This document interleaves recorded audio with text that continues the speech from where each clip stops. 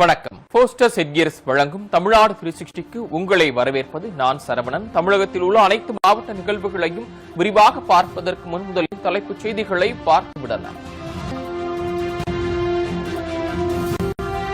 ஆம்பூரில் pencil பேனாக்களை கொண்டு மாலை தயாரிப்பு.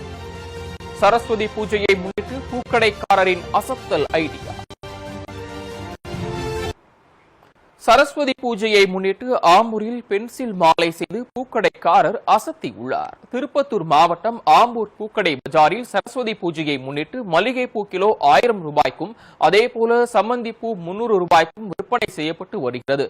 இதேபோன்று பூ மாலைகளும் அதிக விலைக்கு விற்பனை செய்யப்பட்டு வருகிறது. நிலையில் இந்த பகுதியில் பூக்கடை நடத்தி வரும் ஸ்ரீதர் என்பவர் தனது கடையில் பல்வேறு விதமான மாலைகளை கட்டி விற்பனை செய்து வருகிறார்.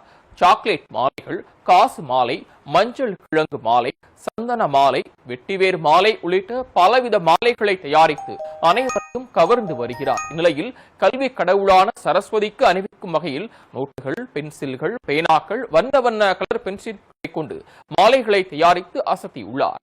இவர் தயாரித்த இந்த பேனா பென்சில் கொண்ட மாலைகளை அனைவரும் ஆர்வத்துடன் பார்த்து வாங்கி செல்கின்றனர்.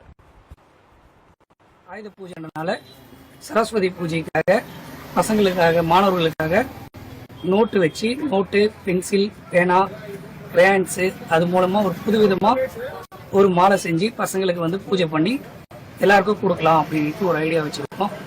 எல்லாருக்கும் அது பூஜை பண்ணி கொடுக்குறோம். இது இல்லாமல் காயின் மாலை, மற்ற மயிலிறகு மாலை இது எல்லாமே செஞ்சு கொடுக்குறோம். இது மக்களுக்கும் கொஞ்சம் ட்ரெண்டிங்காக இருக்குது. எல்லாமே ரீஃபண்ட் யூஸ் பண்ணுற மாதிரி எல்லா மாலையும் செய்கிறோம்.